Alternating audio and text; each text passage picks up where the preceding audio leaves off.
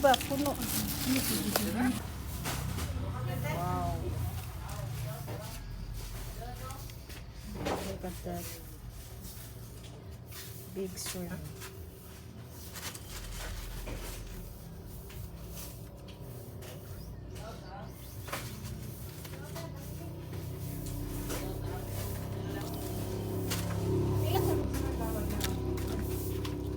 Dahil dagko kayo guys, nakapalit ni guys sa akong pingsan o kuan.